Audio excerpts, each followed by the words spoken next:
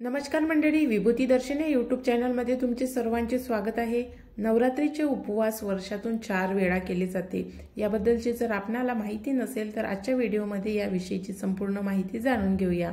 माघ महिन्यात येणारं गुप्त नवरात्र हे वर्षातून 2दा येतात आणि साधारण जे नवरात्र आपण साजरे करतो ते सुद्धा 2 येतात। एक चैत्र नवरात्र आणि एक अश्विन नवरात्र। अश्विन महिन्यामध्ये येणारं नवरात्र हे सर्वीकडे साजरे केले जाते आणि या 9 दिवसांमध्ये दुर्गा देवीच्या 9 रूपांचं पूजन केलं जाते। मात्र गुप्त नवरात्रामध्ये देवीच्या 10 महाविद्यांचं पूजन केलं जाते। आता हे पूजन कसं करते, त्या 10 विद्या कोणत्या आहे आणि हे नवरात्र कधी सुरू होणार आहे आणि कधीपर्यंत राहणार आहे, तसेच या नवरात्राची पूजा विधी याबद्दलची संपूर्ण माहिती आजच्या व्हिडिओमध्ये जाणून घेऊया। तर त्यामुळे व्हिडिओ शेवटपर्यंत बघा आणि जर तुम्ही चॅनलवर नवीन आहात चॅनलला सबस्क्राइब करा, बेल आयकॉनला प्रेस करा, व्हिडिओला जास्तीत जास्त लाईक करून शेअर करायला अजिबात विसरू नका। चला तर व्हिडिओला सुरुवात करू। गुप्त नवरात्र हे 10 फेब्रुवारीपासून 18 फेब्रुवारीपर्यंत साजरं होत आहे। तर त्यामुळे आजपासून म्हणजेच 10 फेब्रुवारीला गुप्त नवरात्राची सुरुवात होत आहे। हिंदू कॅलेंडरनुसार गुप्त नवरात्र हे माघ महिन्याच्या शुक्ल पक्षातील प्रतिपदा तिथीपासून सुरू होते आणि नवमीपर्यंत चालते। फक्त या गुप्त नवरात्रामध्ये कोणकोणत्या देवींची आराधना करतो किंवा कोणत्या त्या 10 विद्या आहे, महाविद्या आहेत ज्यांची पूजा विधी करतो, तर पहिली म्हणजे काली, दुसरी तारा, छिन्नमस्ता, पोषडी, भुवनेश्वरी, त्रिपुर सुंदरी, घुमावती, बंगलामुखी, मातंगी आणि कमला या ज्या 10 महाविद्या आहेत तर यांचं पूजन या गुप्त नवरात्रामध्ये गुप्त पद्धतीनेच केलं जाते। गुप्त पद्धतीने का बरं केलं जाते, तर भक्तांना ज्या विद्या प्राप्त करायच्या असेल, देवीचे जे बरेचसे साधक असतात जे देवीची आराधना करतात आणि वर्षानुवर्ष करतात, तर हे जे 10 दिवस किंवा हे जे 9 दिवस असतात तर ते गुप्त पद्धतीने विद्या प्राप्त करण्याचे दिवस आहे। म्हणून हे त्या साधकांसाठी, त्या भक्तांसाठी हे दिवस अत्यंत महत्त्वाचे दिवस आहेत। तर त्यामुळे गुप्त नवरात्रादरम्यान मग ते साधक स्त्री असो किंवा पुरुष असो, तर दशमहाविद्येपैकी तुम्ही ज्या देवीची आराधना करत असाल, उपासना करत असाल, तर तुम्हाला त्या देवीची विद्या प्राप्त होते। सर्वात जास्त विद्या प्राप्त करण्यासाठी बांगलामुखी किंवा मग कामाख्या देवीचं मंदिर आहे, तर या कामाख्या देवीच्या मंदिरामध्ये भक्त जात असतात आणि तिथे कामाख्या देवीचा आशीर्वाद प्राप्त करण्यासाठी गुप्त नवरात्र असो किंवा कोणतेही नवरात्र असो, दिवाळीच्या वेळेस, होळीच्या वेळेस साधक देवीची आराधना करतो आणि देवीची जी विद्या असेल तर ती प्राप्त करत असतो। आता या नवरात्रा दरम्यान पूजा विधी कशी केली जाते, कोणत्या देवीची आराधना केली जाते, तर दुर्गा देवीचेच हे 9 रूप किंवा 10 रूप आहेत। तर या 10 रूपांचं 9 रूपांचं पूजन केले जाते।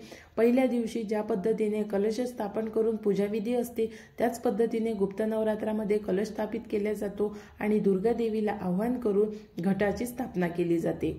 आता घटस्थापनेचा मुहूर्त कोणता आहे, तर 10 फेब्रुवारीला सकाळी 8:45 मुहूर्त सुरू होणार आहे। पहिला मुहूर्त आहे तो 10:10 पर्यंत राहणार आहे आणि दुसरा मुहूर्त हा दुपारी 12:13 सुरू होईल आणि 12:58 पर्यंत राहणार आहे। हा 44 मिनिटांचा मुहूर्त आहे आणि पहिला मुहूर्त हा 1 तास 25 मिनिटांचा आहे। तर या दरम्यान पूजा विधी तुम्ही संपन्न करू शकता। आता ही गुप्त नवरात्र इतकी महत्त्वाची का आहे आणि या नवरात्राचे फायदे काय आहेत, कारण वर्षामध्ये 4 नवरात्र साजरे केले जातात, त्यापैकी गुप्त नवरात्र ही विशेष आहे आणि या नवरात्राचे खास महत्त्व आणि वैशिष्ट्य म्हणजे हे नवरात्र गुप्त पद्धतीने केले जाते। जितके गुप्त पद्धतीने हे नवरात्र साजरे कराल किंवा एखाद्या देवीची जितक्या गुप्तपणे आराधना कराल, पूजन कराल, तर तितक्या जास्त प्रमाणात तुम्हाला देवीचा आशीर्वाद प्राप्त होतो आणि दशविद्येपैकी ज्या देवीची तुम्ही उपासना करत आहात तर त्या देवीची विद्या तुम्हाला प्राप्त होते। आणि एकदा भक्तांना विद्या प्राप्त झाल्यानंतर भक्तांकडे ज्या प्रमाणात देवी देवतांजवळ जी शक्ती असेल तर ती थोडी प्रमाणात शक्ती त्या साधकाला किंवा भक्ताला देव किंवा परमेश्वर किंवा देवी देत असते आणि जनतेच्या कल्याणासाठी किंवा मग आपल्यासारख्या साधारण लोकांच्या कल्याणासाठी भक्तांनी ती शक्ती उपयोगात आणावी, तरच ती विद्या त्यांच्याकडे राहते। आणि जर वाईट कामासाठी या विद्येचा वापर करत असाल तर देवी देवता ती शक्ती त्यांच्याकडून परत सुद्धा घेऊ शकते। तर अशा पद्धतीने या गुप्त नवरात्राचे खूप खास महत्त्व आहे आणि साधकांसाठी हे गुप्त नवरात्र जास्तीत जास्त महत्त्वाचं मानलं जाते।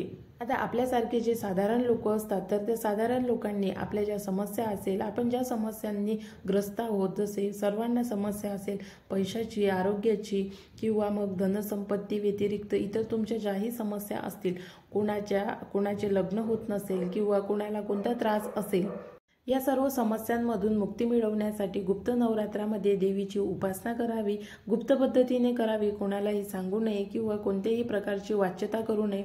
तसं तर गुप्त नवरात्र हे मौन करूनच हे व्रत केलं जाते। तर तुम्हाला जर शक्य असेल तर अवश्य मौन करून हे व्रत करावं, जेणेकरून तुम्हाला देवीचा आशीर्वाद लवकर प्राप्त होईल। तर अशा पद्धतीने गुप्त नवरात्र साजरं केलं जाते, देवीची आराधना केली जाते आणि तुम्ही ज्या देवीची उपासना करत आहात तर पूर्णपणे त्याच देवीची उपासना करावी आणि त्या देवीजवळ जी विद्या असेल ती प्राप्त करण्यासाठी गुप्त नवरात्राला किंवा गुप्त नवरात्राचे जे व्रत आहे तर ते व्रत अवश्य करावे। तर आशा करते तुम्हाला आजचा व्हिडिओ आवडला असेल आणि तुम्ही व्हिडिओ पूर्ण बघितला असेल तर व्हिडिओला लाईक करायला विसरू नका आणि जास्तीत जास्त लोकांपर्यंत शेअर करायला सुद्धा विसरू नका। नवीन व्हिडिओमध्ये नवीन माहितीसोबत लवकरच भेटू। आजचा व्हिडिओ बघितल्याबद्दल धन्यवाद।